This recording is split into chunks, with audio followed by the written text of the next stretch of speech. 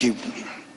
I'm afraid this hearing is indicative of the indecency to which we've come when, instead of the Committee of Jurisdiction bringing in witnesses to get to the bottom of what happened, and not even having time to review the report, which, as Professor Turley indicated, is wafer thin when compared to the 36 boxes of documents that were delivered to the last impeachment group.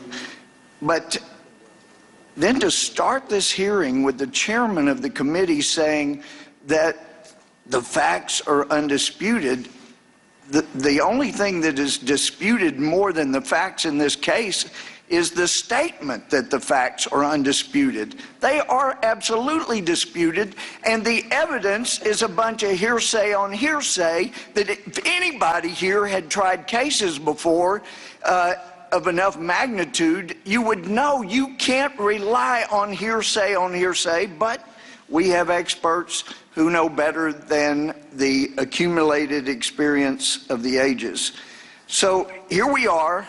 And I would submit we need some factual witnesses. We do not need to receive a report that we don't have a chance to read before this hearing.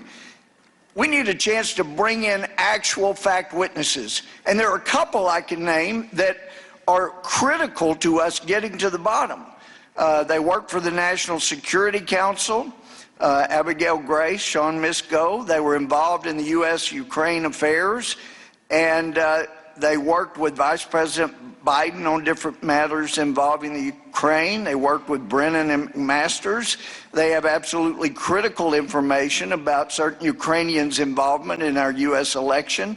Their relationships with the witnesses who went before the Intel Committee and others involved in these allegations make them the most critical witnesses in this entire investigation. And their records, including their emails, their text messages, their flash drives, their computers, have information that will bring this effort to remove the president to a screeching halt.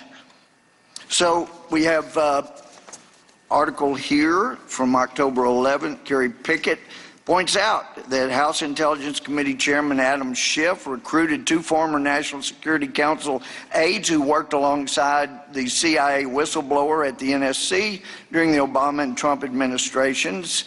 Abigail Grace, who worked at the NSC until 2018, was hired in February, while Sean Misko, an NSC aide until 2017, joined Schiff's committee in August, the same month the whistleblower submitted his complaint. And goes on to point out that Grace was hired to help Schiff's committee investigate the Trump White House. That month, Trump accused Schiff of stealing people who were working at the White House. And Chairman Schiff said, if the president's worried about our hiring any former administration people, maybe he should work on being a better employer. No, he should have fired everybody, just like Bill Clinton did, all the U.S. attorneys on the same day. That would have saved us a lot of what's going on here.